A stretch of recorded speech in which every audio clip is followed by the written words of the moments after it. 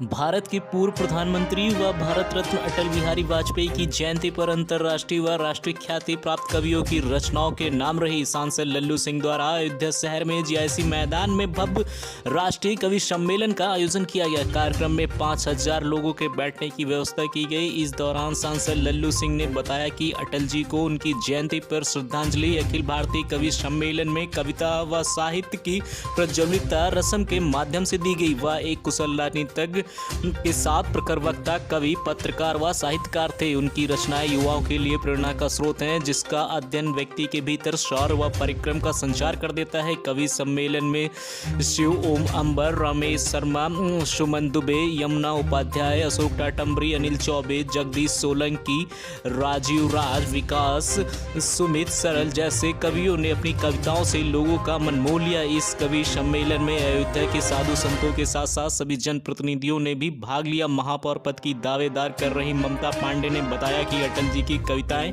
सबके दिलों में हैं। उनके जन्म दिवस पर कवि सम्मेलन का आयोजन बहुत ही सराहनीय कार्य है। अटल बिहारी वाजपेयी पूर्व प्रधानमंत्री, भारत रत्न, जो दुनिया के सबसे बड़े नेता माने जाते थे। भारत का प्रत्येक व्यक्ति जिनके आगे नतमस्तक होता था, जिनसे प्यार करता था। पिछले 25 सालों से अयोध्या में उनके जन्मदिन पर कवि सम्मेलन का आयोजन होता रहा है। इस वर्ष भी कवि सम्मेलन का आयोजन हुआ है और देश के कई प्रदेशों के राष्ट्रीय स्तर के कवि इस कवि सम्मेलन में शामिल हो गए।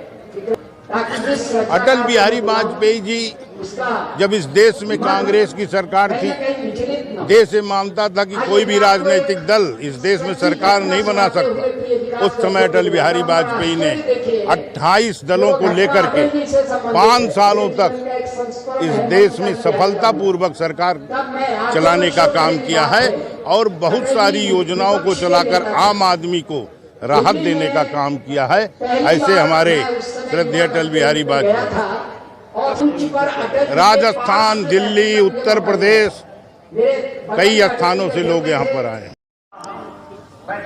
देखिए, अटल जी की जन्म जयंती सिर्फ अयोध्या की बात नहीं है, पूरे देश में बड़े धूमधाम और हर्षोल्लास के साथ मनाया जा रहा है।